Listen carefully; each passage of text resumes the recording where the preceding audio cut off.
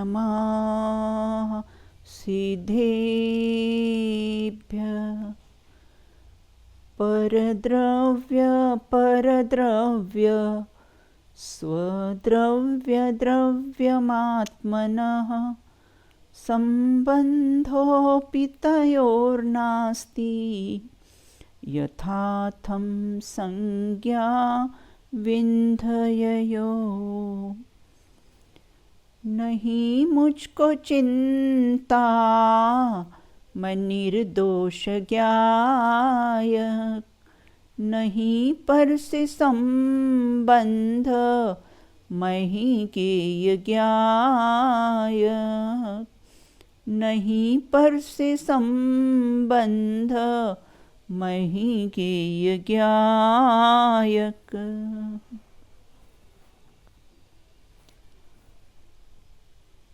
रत्नत्रय रूपी नौका पर विहार करने वाले भव समुद्र को लांघकर सिद्धपुरी में निवास करते हैं, ऐसे आचार्यों ने विभिन्न आगमों में संबंधों की चर्चा की है, जिसमें 40 प्रकार के संबंधों का संकलन किया है।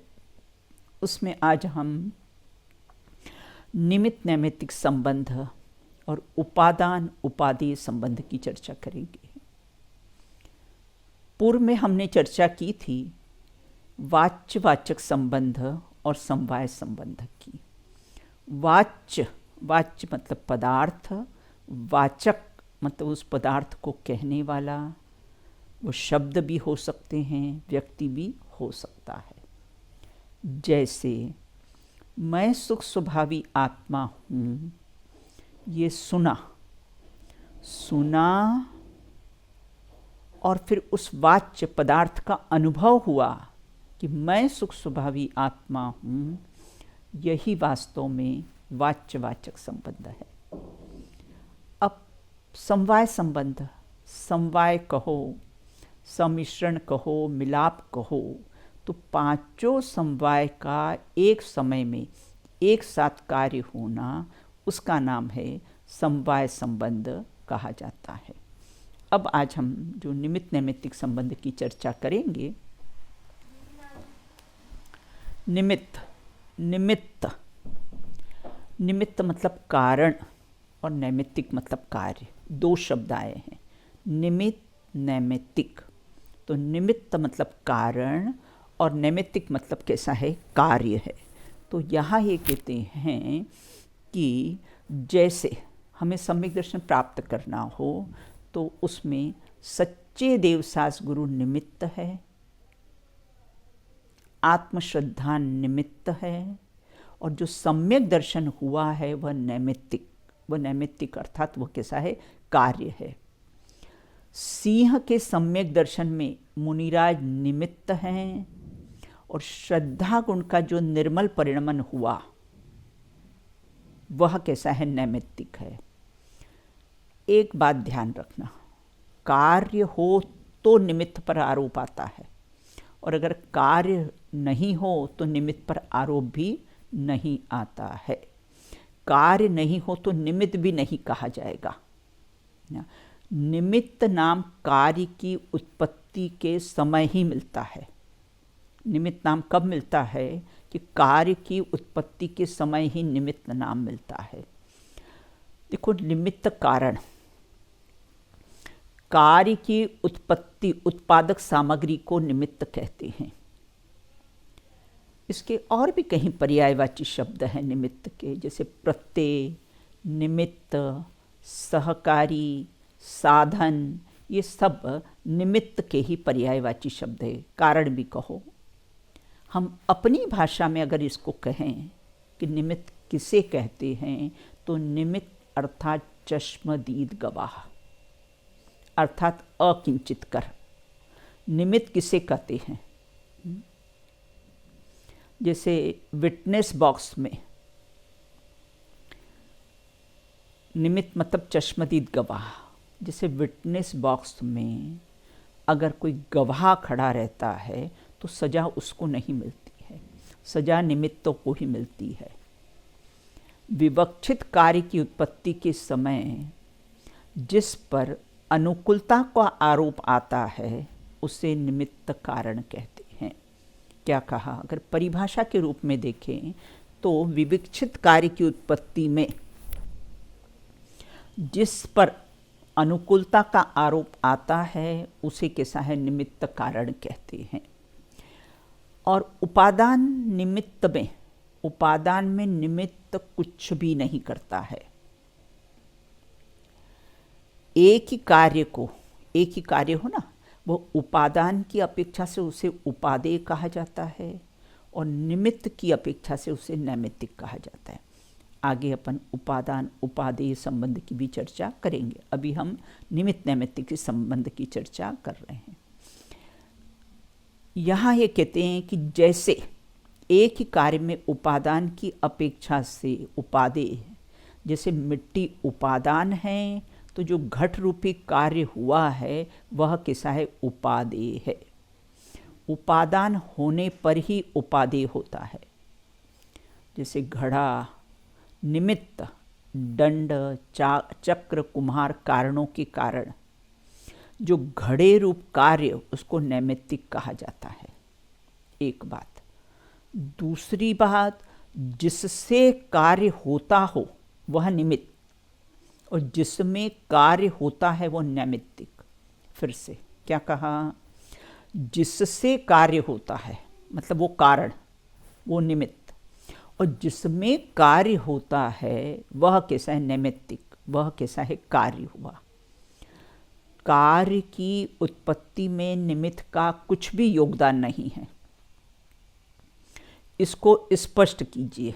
प्रश्न है अपना कि कार्य की उत्पत्ति में निमित्त का कुछ भी योगदान नहीं है, इसको स्पष्ट कीजिए, अर्थात वह अकिंचित कर है। देखो, एक इष्टोपदेश ग्रंथ है, उसमें आचार्य पूज्यपाद स्वामी लिखते हैं कि अज्ञानी को उपदेश के निमित्त से विज्ञ मतलब ज्ञानी नहीं किया जा सकता। अज्ञ है मतलब अज्ञानी को उपदेश के निमित्त से विज्ञ मतलब ज्ञानी नहीं किया जा सकता है, और न ही विज्ञ ज्ञानी को अज्ञानी नहीं किया जा सकता है। अतः किसी भी कार्य के होने में उसकी स्वयं की तत्समय की योग्यता से ही कार्य होता है। अगर अज्ञानी को उपदेश इत्यादि के निमित्त से विज्ञ ज्ञानी किया जा सकता है तो उपदेश तो समोशरण में सभी सुनते हैं ना। उपदेश सभी सुनते हैं, क्लास में टीचर सभी को पढ़ाता है, फिर सब क्यों नहीं फर्स्ट क्लास फर्स्ट आ जाते? क्या कारण है?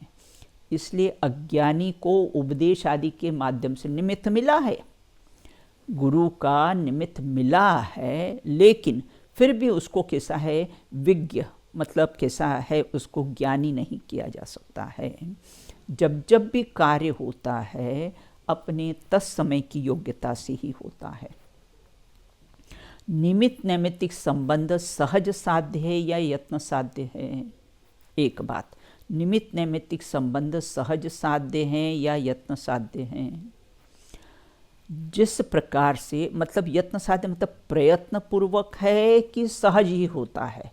ये जो निमित्त नैमित्तिक संबंध है वो हम प्रयत्न पूर्वक निमित्त मिलाते हैं या कैसे हैं? सहज ही निमित्त मिल जाते हैं। तो यहाँ ये कहते हैं जिस प्रकार से सूर्य का उदय होने पर चकवा चकवी का वियोग, मोक्षमार्ग प्रकाशक में ये उदाहरण आया है कि जिस प्रकार सूर्य का उदय होने पर जो रात्रि में चकवा चकवी साथ में थे, सुबह होते ही अपनी अपनी दिशा में चले जाते हैं। उनका कोई वियोग कराता नहीं है, उनका वियोग उनका स्वयमेव ही हो जाता है। और रात्रि में ये सहज साध्य, और रात्रि में कोई बल जोरी से उन दोनों को मिलाता नहीं है, वो स्वयमेव ही मिलते हैं और स्वयमेव ही बिछड़ते हैं। इस प्रकार निमित्त नैमित्तिक संबंध किसे सहज साध्य है। फिर यत्न साध्य क्यों कहा जाता है? पुरुषार्थ 5 समवाय से कार्य होता है ना, तो पुरुषार्थ के कारण उसको यत्न साध्य भी कहा जाता है। आगे अगर उपादान अपना तैयार हो तो निमित्त सहज ही मिल जाते हैं, ढूंढना नहीं पड़ता है। गुरुदेव श्री कहते थे ना कि अपना उपादान तू तैयार रख, निमित्त कैसे होते हैं, सहज ही मिल जाएंगे, तुझे मिलाने की आवश्यकता नहीं है। अब यहाँ है कि अगर निमित्त कार्य में कुछ नहीं करता है तो उसका नाम प्रेरक निमित्त क्यों पड़ा? आपने निमित्त के भेद सुने होंगे ना, उदासीन निमित्त, प्रेरक निमित्त, आगे और अपन निमित्तों के भेद देखेंगे कि कितने प्रकार के निमित्त होते हैं। तो अगर निमित्त उपादान में कुछ नहीं करता है तो फिर उसे प्रेरक निमित्त क्यों कहा जाता है? देखिए, प्रेरक के दो अर्थ होते हैं। व्याकरण में व्याकरण का अर्थ है ना, व्याकरण में अर्थ क्या आता है प्रेरक का, कि प्रेरक का अर्थ व्याकरण में प्रेरणा देने वाला होता है। प्रेरक का अर्थ व्याकरण में प्रेरणा देने वाला होता है, लेकिन कारण कार्य मीमांसा में प्रेरक का अर्थ इच्छावान और क्रियावान दो शब्द लिए हुए। प्रेरक का अर्थ इच्छावान और कैसे क्रियावान, जिस पर कार्य होते समय अनुकूलता का आरोप आ जाए उसे प्रेरक निमित्त कहते हैं। जैसे एक विद्यार्थी अध्ययन का कार्य करता है और उसकी माँ कैसी अशिक्षित है, लेकिन उसकी इच्छा है कि भाई मेरा बेटा भी पढ़े, मेरा बेटा भी अफसर बने, ऐसा उसको इच्छा है, वो इच्छावान। और अध्यापक कैसा होता है, इच्छावान भी होता है और क्रियावान भी होता है। अध्यापक की इच्छा भी रहती कि मेरा स्टूडेंट फर्स्ट क्लास फर्स्ट आए, और क्रिया भी, पढ़ाने की क्रिया करता है, प्रैक्टिस करवाता है, दंड देता है, सजा भी देता है, प्रेरणा भी देता है।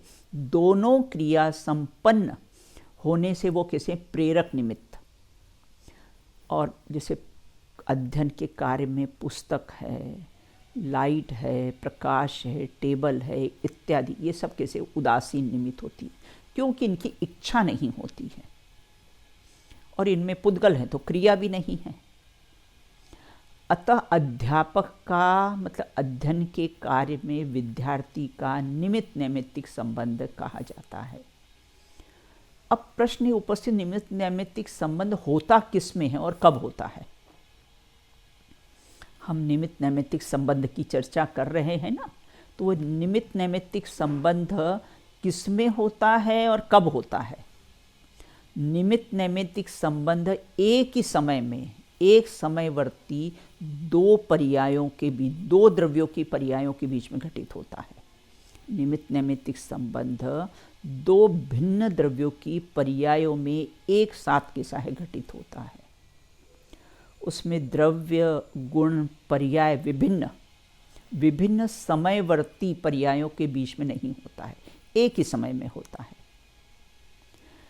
द्रव्य पर्याय द्रव्य और गुणों से कथनचित भिन्न है या अभिन्न? पर्याय द्रव्य गुणों से कथनचित अभिन्न होने के कारण, द्रव्य गुण पर्याय है ना, गुण पर्याय व द्रव्यम तत्वार्थ सूत्र में सूत्र आया है कि दोनों कैसे हैं, अभिन्न होने के कारण द्रव्य गुणों के बीच में भी ये संबंध होता है। निमित्त से कथन होता है, कार्य नहीं। जीव घट को करता नहीं है, पट को करता नहीं है, लेकिन जीव का योग उपयोग तो अनेक उसके उत्पादक हैं और वे दोनों योग उपयोग उसके निमित्त कर्ता कहे जाते हैं। जैसे सुनार गहने बनाता है, तो सुनार नाम का जीव द्रव्य, ये असमान जाति द्रव्य पर्याय जो जीव द्रव्य, और गहने ये पुद्गल द्रव्य की समान जाति पर्याय है, और दोनों में निमित्त नैमित्तिक संबंध कहे जाते हैं। और गहने, अग्नि, औजार आदि ये सब समान जाति पुद्गल द्रव्य हैं, जो गहने बनाने के कार्य में उपस्थित रहते हैं। जीव द्रव्य की मनुष्य पर्याय और पुद्गल द्रव्य के गहने रूप पर्याय, ऐसे दो द्रव्य की पर्याय के बीच में निमित्त नैमित्तिक संबंध होता है। प्रश्न था ना, निमित्त नैमित्तिक संबंध किससे होता है? कि दो भिन्न द्रव्यों की पर्यायों के बीच में निमित्त नैमित्तिक संबंध होता है। देखो, समय सार का कर्ता कर्म अधिकार है ना, हमारे यहाँ बच्चों को पढ़ाती हूँ मैं कर्ता कर्म अधिकार। उस कर्ता कर्म अधिकार में ऐसा लिखा कि द्विक्रियावादी मिथ्या दृष्टि है। द्विक्रियावादी मिथ्या दृष्टि अर्थात द्विक्रियावादी को मिथ्या दृष्टि क्यों कहा गया? द्विक्रिया कौन सी? द्वि मतलब दो, तो दो क्रिया कौन सी होती है? जैसे आत्मा अपने स्वपरिणाम मतलब ज्ञान, दर्शन आदि का, और पुद्गल द्रव्य के परिणाम का भी, शरीर का, घट पट इत्यादि आदि का भी करता हो। दो क्रिया हुई ना। आत्मा अपने ज्ञान, दर्शन आदि का भी करता हो, जो स्वद्रव्य है, और पुद्गल द्रव्य में शरीर, घट पट आदि का भी करता हो, ऐसा मानने वाला द्विक्रियावादी मिथ्या दृष्टि है। जो ऐसा मानता है कि जीव द्विक्रियावादी है, तो ऐसी मान्यता उसकी मिथ्या दृष्टि है। यदि आत्मा जड़ भाव, चेतन भाव दोनों को करे, यदि आत्मा जड़ भाव को भी करे और अपने चेतन भाव को भी करे, तो आत्मा द्विक्रियावादी मिथ्या दृष्टि अवतरे। ऐसा लिखा है कि वही आत्मा कैसा होता है? द्विक्रियावादी मिथ्या दृष्टि अवतरे। और अगर हम पर द्रव्य के कर्ता हो तो तन्मयता का प्रसंग आएगा, और अगर तन्मयता का प्रसंग आया तो एक द्रव्य दूसरे द्रव्यमय हो जाएगा, तो द्रव्य के नाश की ही आपत्ति आएगी। इसलिए एक द्रव्य दूसरे द्रव्य का कैसा है? कर्ता नहीं है। इसलिए द्विक्रियावादी को मिथ्या दृष्टि कहा है, और सम्यक दृष्टि तो मात्र अपने ज्ञान, दर्शन, सुख इत्यादि अपने ही स्वभाव का कैसा है? कर्ता होता है। अब प्रश्न है कि यदि निमित्त नैमित्तिक संबंध एक समयवर्ती होता है, काल भेद नहीं है, समयवर्ती, तो फिर क्यों कहा जाता है कि बुरे निमित्त को हटाओ, सत्संग में रहो, सत्संगति से तो मिटे भव भव भ्रमण फेरी? ऐसा क्यों कहा जाता है? वास्तव में फिर ऐसे उपदेश की आवश्यकता ही नहीं है। कहा जाता है ना प्रेरणा के लिए, भाई अच्छे, हम भी बालिकाओं को बोलते हैं कि भैया आप जब कॉलेज में जाओगे तो अच्छे फ्रेंड्स बनाना, सत्संगति में रहना, ऐसी प्रेरणा देते हैं। तो अगर निमित्त अकिंचित कर है तो बुरी संगति में भी रहेंगे, तो निमित्त तो कुछ करता है ही नहीं। तो यहाँ ये कहती कि वास्तव में एक समयवर्ती प्रत्येक कार्य 5 समवाय, ये सिद्धांत बिल्कुल ध्यान रखना। क्या सिद्धांत? कि कोई भी कार्य, प्रत्येक कार्य 5 समवाय पूर्वक निमित्त उपादान की योग्यता से ही उत्पन्न होने के कारण उसका निमित्त भी सुनिश्चित है। जो कार्य होना हो, जिसके निमित्त से उत्पन्न होगा, उसका निमित्त भी निश्चित है। भाई अगर गहने बनाना हो तो उसका निमित्त सुनार ही होगा। अगर कुम्हार ये घड़ा बनाना हो तो उसका निमित्त कौन होगा? कुम्हार ही होगा। अगर अध्ययन की प्रक्रिया संपन्न होगी तो उसका निमित्त कौन होगा? बोले अध्यापक ही होगा, कोई अज्ञानी नहीं होगा या कोई मजदूर नहीं होगा। तो इस प्रकार यहाँ ये कहती कि उसका निमित्त भी, कोई भी कार्य होता है उसका निमित्त भी कैसा होता है? सुनिश्चित है। इसलिए बुरे निमित्त से हटकर सद निमित्तों में रहना चाहिए। ऐसा उपदेश बोध जिनवाणी में स्थूल रूप से आता है। निमित्त एक ही होता है और नैमित्तिक अनेक होते हैं। नैमित्तिक मतलब कार्य, तो वह कैसे हैं? अनेक होते हैं। जैसे सच्चे देवसास गुरु आदि सम्यक रत्नत्रय में कैसे होते हैं? निमित्त कहलाते हैं। रत्नत्रय की प्राप्ति जब जब भी होगी तो सच्चे देवसास गुरु और आत्मश्रद्धान से ही होगी। देखो, निमित्त रूप में देवसास गुरु भी होंगे, लेकिन देखो वही देवसास गुरु मंदिर में कोई प्रतिमा हो, पीतल की प्रतिमा हो, चांदी की प्रतिमा हो, वो चोर को चोरी करने में निमित्त हो जाए तो कहाँ निमित्त से कार्य होता है? वही प्रतिमा सम्यक दर्शन में कैसी होती है? निमित्त होती है। और उसी को क्या कह देते हैं? चोर को चोरी करने में निमित्त हो जाए वो।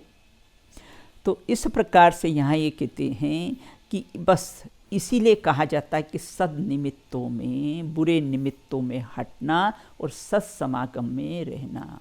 निश्चय से सत्समागम कौन सा है? अपना जो त्रिकाली ध्रुव भगवान आत्मा है वही कैसा है? सत्समागम है। और समागम है ना, सत्समागम का लाभ क्या होता है? अतीन्द्रिय आनंद की प्राप्ति। अपना जो सत्स्वभावी आत्मा है उसका अवलंबन लेना, उसमें लीन रहना। बोले उससे लाभ क्या होगा? बोले अतीन्द्रिय आनंद प्रकट होगा। अतः उसका ही समागम, उसकी ही लीनता, उसका ही सतत प्रयत्न पुरुषार्थ करना चाहिए। अब प्रश्न उपस्थित होता है, निमित्त निरपेक्ष होते हैं या सापेक्ष? निरपेक्ष, निरपेक्ष मतलब रहित, सापेक्ष अर्थात सहित। तो निमित्त निरपेक्ष होते हैं या सापेक्ष होते हैं? देखो, जय धवला पुस्तक में लिखा है, वज्र कारण निरपेक्षो वत्थु परिणामो। वज्र कारण निरपेक्षो वस्तु परिणामो। वस्तु का परिणमन बाह्य कारणों से निरपेक्ष है। निमित्त अकिंचित है, अकर्ता है, उपादान करता है। ध्रुव उपादान है और उत्पाद वे कैसे हैं? निमित्त है। अकिंचित कर, अ मतलब नहीं, किंचित मतलब कुछ भी, किंचित मतलब कुछ भी करने में समर्थ नहीं है। चाहे उदासीन निमित्त हो, चाहे प्रेरक निमित्त हो, कोई भी निमित्त कार्य करने में कैसे हैं? किंचित मात्र भी उनका सहयोग नहीं है। देखो, निमित्त से कथन होता है, कार्य नहीं। बस इसी का नाम है निमित्त नैमित्तिक संबंध। और इसीलिए कहा जाता है कि कैसा है? अकिंचित कर कहा जाता है। विभिन्न प्रकार के निमित्तों की चर्चा आगम में आती है। बहुत प्रकार के निमित्तों की चर्चा, जैसे अपन ने प्रेरक और उदासीन निमित्त सुना है ना, ऐसे बहुत प्रकार के निमित्तों की कैसी है? चर्चा आती है। कौन कौन से निमित्त हैं? देखो, ज्ञेय रूप निमित्त और उदय रूप निमित्त। पहला कौन सा? ज्ञेय रूप निमित्त और उदय रूप निमित्त। अभाव रूप निमित्त और सद्भाव रूप निमित्त। स्वनिमित्त और पर निमित्त। अब उनका क्या स्वरूप है? सबसे पहले ज्ञेय रूप निमित्त और उदय रूप निमित्त। ज्ञेय मतलब ज्ञान में जो जानने में आए वो ज्ञेय, और उदय जैसे कर्म का उदय होता है ना, ऐसे उदय, उदय मतलब प्रकट। ज्ञेय रूप और उदय रूप निमित्त। भगवान की प्रतिमा को देखकर कितनी सुंदर जिन प्रतिमा है, कितना सुंदर है जिन रूप, जिसे देखते सहज दिखता, सबसे सुंदर आत्मस्वरूप। पंडित साहब की रचनाएं बहुत सुंदर है। तो यहाँ ये कहते हैं कि ये तो कैसा हुआ? ज्ञेय रूप, भगवान की प्रतिमा देखी और क्या विचार किया है? कितनी सुंदर जिन प्रतिमा है, कितना सुंदर है जिन रूप, ऐसा विचार किया। यह ज्ञेय रूप निमित्त। और वो भगवान की प्रतिमा को देखकर फिर विचार किया है, ऐसा ही प्रभु मैं भी हूँ। भगवान की प्रतिमा देखी और ऐसा ही मैं हूँ, ये प्रतिबिंब सुमेरा है। जैसे मिरर में हम अपना चेहरा देखते हैं, जो प्रतिबिंब दिखाई देता है, क्या विचारते, ये ही मैं हूँ। किसी फोटो में हम अपना फोटो देखते हैं, ये ही मैं हूँ। ये कैसा हुआ, उदय रूप निमित्त। ऐसा ही प्रभु मैं भी हूँ, ये प्रतिबिंब सुमेरा है। ऐसे परिणाम ये उदय रूप निमित्त हैं। किसी को देखकर क्रोध आया, ये गे रूप निमित्त है, और हमने उसको क्षमा कर दिया, वह हमारा उदय रूप निमित्त है। क्षमा भाव का उदय हुआ ना, वो हमारा उदय रूप निमित्त है। सिद्ध दशा प्रकट होने पर 8 गुण प्रकट होते हैं, है ना, ये सद्भाव रूप निमित्त हैं। और 8 कर्मों का अभाव हुआ, यह कैसे अभाव रूप निमित्त है। केवल ज्ञान में लोकालोक झलक रहे हैं, ये गे रूप निमित्त है। और निरंतर शुद्ध शुद्ध शुद्ध परिणमन हो रहा है, हो रहा है ना, वो कैसा उदय रूप निमित्त है। घाती कर्म का अभाव हुआ, उसी समय घाती कर्म का अभाव हुआ, वो अभाव रूप निमित्त है। और केवल ज्ञान प्रकट हुआ, वह कैसा है, सद्भाव रूप निमित्त है। निरंतर शुद्ध शुद्ध परिणमन हो रहा है, वह उदय रूप निमित्त है। और सम्यक दर्शन प्राप्त हुआ, सच्चे देवसास गुरु का श्रद्धान हुआ, आत्म श्रद्धान हुआ, ये सद्भाव रूप निमित्त है। और मोहिनी कर्म का, उस समय मोहिनी कर्म की 7 प्रकृतियों का उपशम और क्षय हुआ, है ना, ये अभाव रूप निमित्त है। अन्याय, अनीति, अभक्ष का त्याग हो। निमित्त नैमित्तिक संबंध तो एक समय की पर्याय में होते हैं। प्रश्न है कि निमित्त नैमित्तिक संबंध तो एक समय की पर्याय में होते हैं, फिर आप पूर्वचर और उत्तरचर निमित्त क्यों कहा जाता है? शरीर की चेष्टाओं की अपेक्षा से, व्यवहार से पूर्वचर और उत्तरचर निमित्त कहा जाता है। जैसे मांग नंदी मुनिराज को, जो कुम्हार बन गए थे, मांग नंदी मुनिराज को कुम्हार की अवस्था में मुनि कहना, ये पूर्वचर निमित्त है। और भूत नैगम नय की अपेक्षा से भी हम कैसा है कह सकते हैं उनको। और उस वापस मुनि पद धारण कर लिया, पीछे कमंडल उठाया, ये उत्तरचर निमित्त हुआ।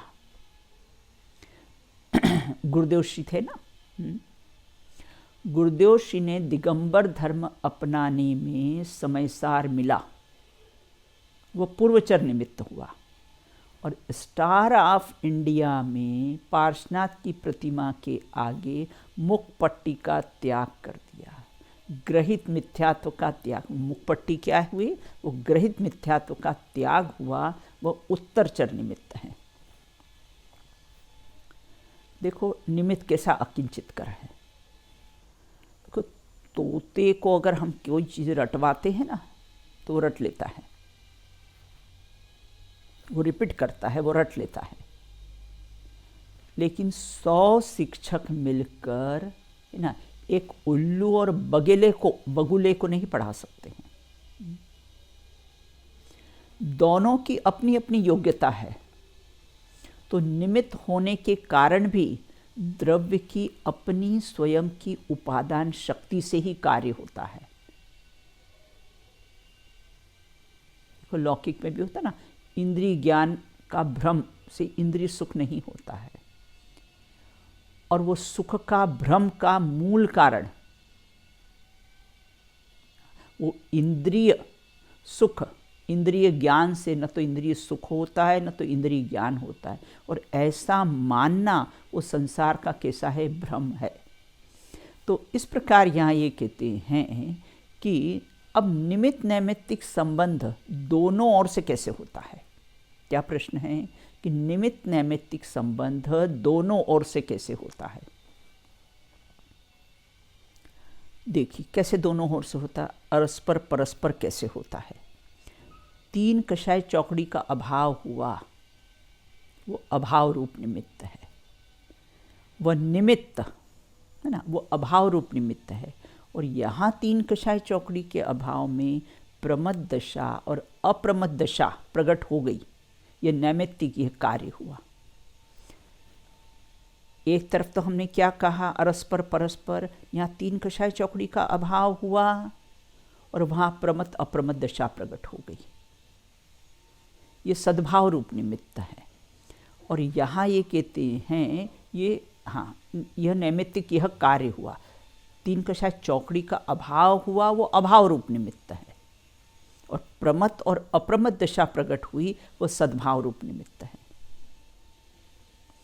अप्रमद दशा की प्राप्ति हुई, वह नैमित्तिक यह कार्य हुआ। सद्भाव रूप निमित्त अप्रमद दशा की प्राप्ति, वह निमित्त तीन कषाय चौकड़ी का अभाव हुआ, यह नैमित्तिक हुआ, कार्य हुआ। इस प्रकार दोनों ओर से लगा लेना। यहाँ कहते हैं तीन कषाय चौकड़ी का अभाव हुआ, वहाँ प्रमद अप्रमद दशा प्रकट हुई, वहाँ प्रमद अप्रमद दशा प्रकट हुई और यहाँ तीन कषाय चौकड़ी का अभाव हुआ। ऐसे अरस्पर परस्पर भी निमित्त नैमित्तिक संबंध पाया जाता है।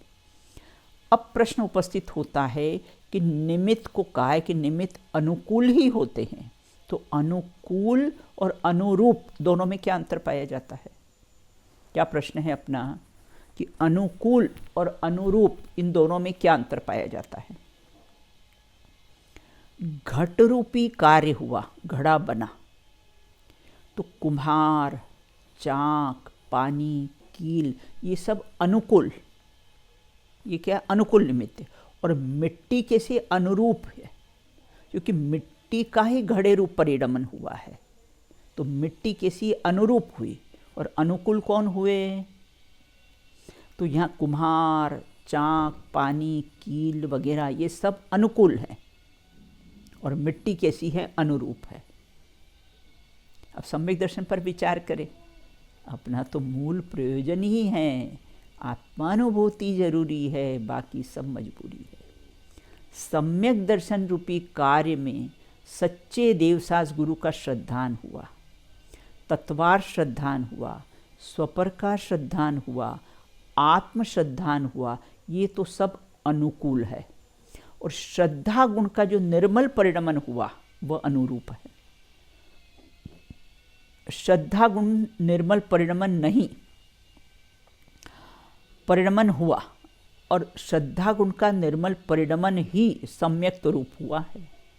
इसलिए देखो एक प्रश्न बहुत उपस्थित होता है, क्या दवाइयों से तो रोग ठीक होता है ना? इतना तो निमित्त नैमित्तिक संबंध रहने दो। क्या कहा भाई, दवाइयों से तो रोग ठीक होता है, इतना तो निमित्त नैमित्तिक संबंध रहने दो ना। तो ऐसा तो निमित्त नैमित्तिक संबंध है ना, चलो उसका भी ऑपरेशन कर लेते हैं।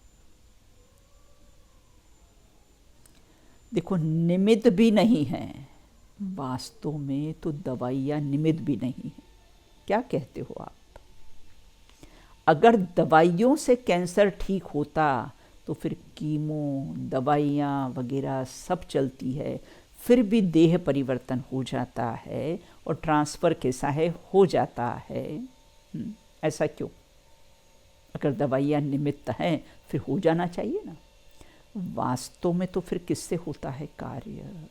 वास्तव में तो साता वेदनी कर्म का उदय और स्थिर नाम कर्म के उदय से रोग ठीक हुआ है। और ये भी भैया बहुत स्थूल कथन है। जैन दर्शन तो बहुत गजब का दर्शन है। हमने कहा भाई दवाइयाँ तो निमित्त भी नहीं हैं, फिर आपने कहा साता वेदनी कर्म के उदय से, स्थिर नाम कर्म के उदय से कैसा रोग ठीक हुआ, ये भी स्थूल कथन है। क्योंकि रोग वह भी पुद्गल और साता वेदनी वह भी पुद्गल, साता वेदनी कर्म नाम कर्म ये भी सब पुद्गल हैं। और वर्तमान पर्याय का वर्तमान पर्याय में अन्योन अभाव होता है, दोनों पुद्गल हैं। और अन्योनाभाव किसमें होता है? पुद्गल द्रव्य की वर्तमान पर्याय का वर्तमान पर्याय में अभाव, वो अन्योनाभाव है। दवाइयाँ तो निमित्त भी नहीं हैं, वह तो नौ कर्म हैं। फिर प्रश्न, फिर रोग आखिर ठीक किससे हुआ? वास्तव में तो रोग किससे? तत्समय की योग्यता, उस समय उस रोग का ठीक होना ही, वही उसका नियामक कारण है। साता वेदनी से कर्म का उदय तो उपचार से निमित्त नैमित्तिक संबंध कह दो तो कह दो। जीव के परिणाम और कर्म का उदय, जीव के परिणाम और कर्म का उदय, उपशम, क्षय वगैरह, ऐसी कोई उनकी प्लानिंग नहीं होती कि मैं अभी कैसा है परिणाम करूँगा, है ना, मैं यहाँ पर वीतरागता का परिणाम करूँगा और वहाँ पर कैसा है घातिया कर्मों का क्षय हो जाएगा।